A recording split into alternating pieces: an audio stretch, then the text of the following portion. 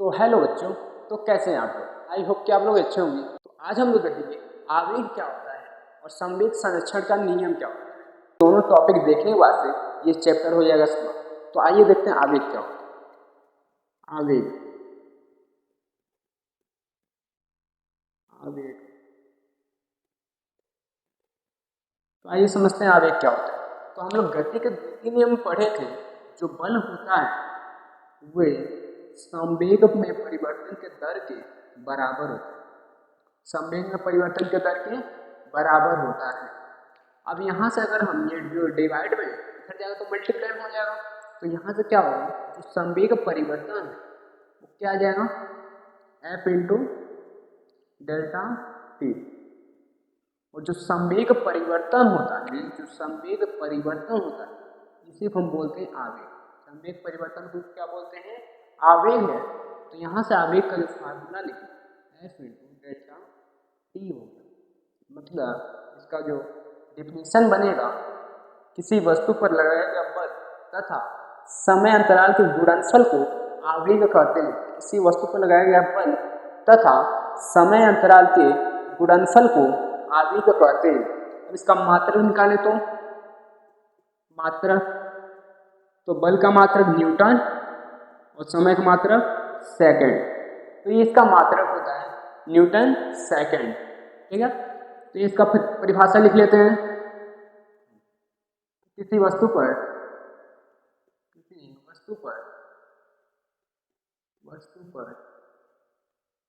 लगाया गया बल तथा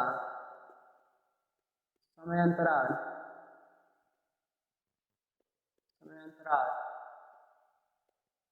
के गुणनफल को आवेग कहते हैं। गुणनफल को आवेग कहते हैं।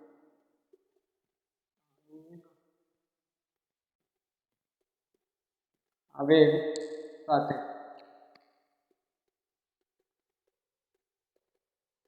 आवेग कहते हैं। ठीक है, तो किसी वस्तु पर लगाया गया बल तथा समय अंतराल के गुणनफल को आवेग कहते हैं। यही होता है, इसका मात्रक होता है बल का मात्रक न्यूटन, समय का मात्रक सेकंड। का मात्रक न्यूटन सेकंड होता है। इसका दूसरा मात्रक निकाला जाए तो दूसरा मात्रक है, तो बल का दूसरा मात्रक होता है केजी मीटर पर सेकंड स्क्वायर, मीटर प्रति सेकंड स्क्वायर इंटू इसका समय का सेकंड। एक सेकंड से एक सेकंड कट जाएगा तो इसका जो मात्रक आ जाएगा, दूसरा मात्रक हो जाएगा केजी मीटर प्रति सेकंड। इसका दूसरा मात्रक होता है केजी मीटर प्रति सेकंड। केजी मीटर प्रति सेकंड होता है। ठीक है, तो आई होप कि आप लोग को आवेग समझ में आ गया होगा। इसका एक और परिभाषा लिख लेते हैं दूसरे शब्दों में। जस्ट देखें, यहाँ पर संवेग परिवर्तन है। संवेग परिवर्तन क्या बोलते हैं, आवेग कहते हैं। यहाँ पर एक और परिभाषा लिख सकते हैं।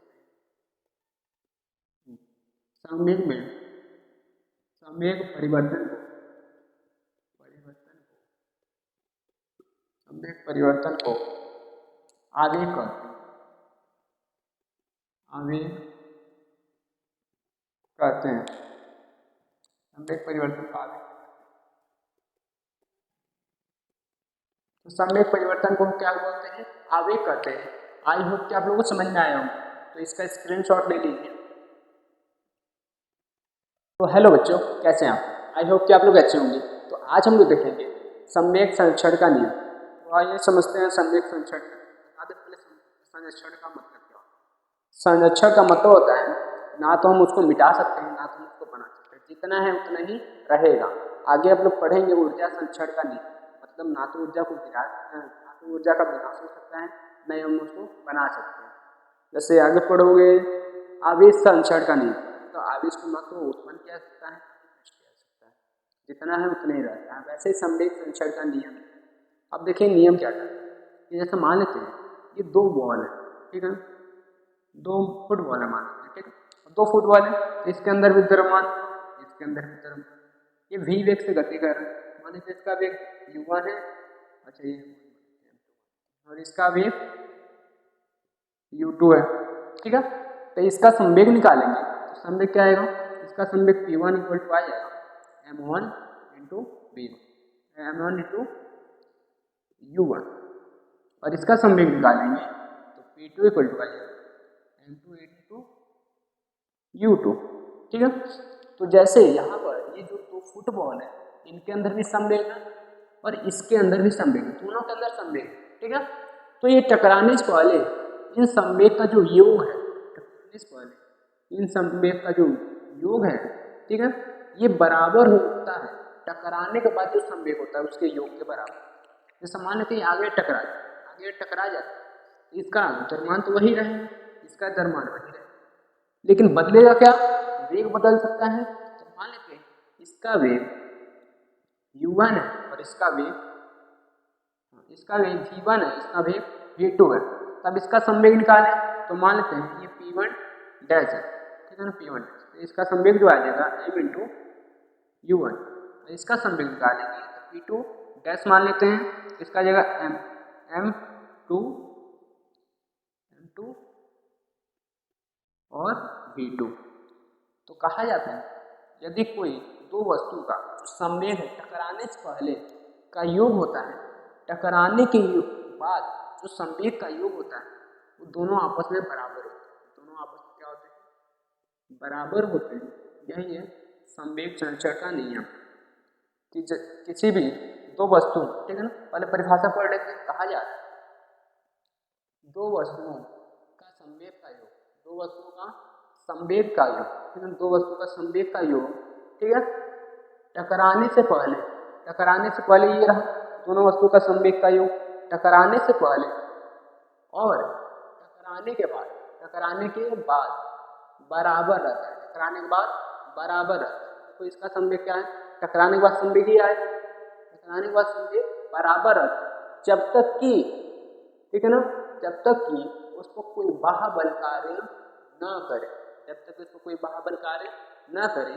मतलब क्या है, दो वस्तु टकराने से पहले जितना संवेग होगा, ठीक है ना, जितना संवेग का योग होगा टकराने के बाद उतने ही संवेग का योग रहेगा, ठीक है ना, उतने ही संवेग का योग रहेगा। यही कहता है संवेग संरक्षण का नियम, ठीक है। मतलब जितना संवेग यहाँ पर है उतने ही संवेग टकराने के बाद भी होगा, ये है संवेग संरक्षण का नियम, जितना है उतना ही रहेगा। इसी का मतलब होता है संरक्षण, ठीक है ना। संरक्षण का मतलब है जितना पहले था उतना ही बाद में रहेगा, ठीक है, जितना पहले था उतना ही बाद में रहेगा, यही होता है संरक्षण। और किसका संरक्षण है, संवेग का है, मतलब संवेग जितना पहले था उतना ही बाद में, टकराने से पहले जितना था टकराने के बाद भी उतना ही रहेगा। यही है संवेग संरक्षण का नियम। आई होप कि आपको समझ में आया।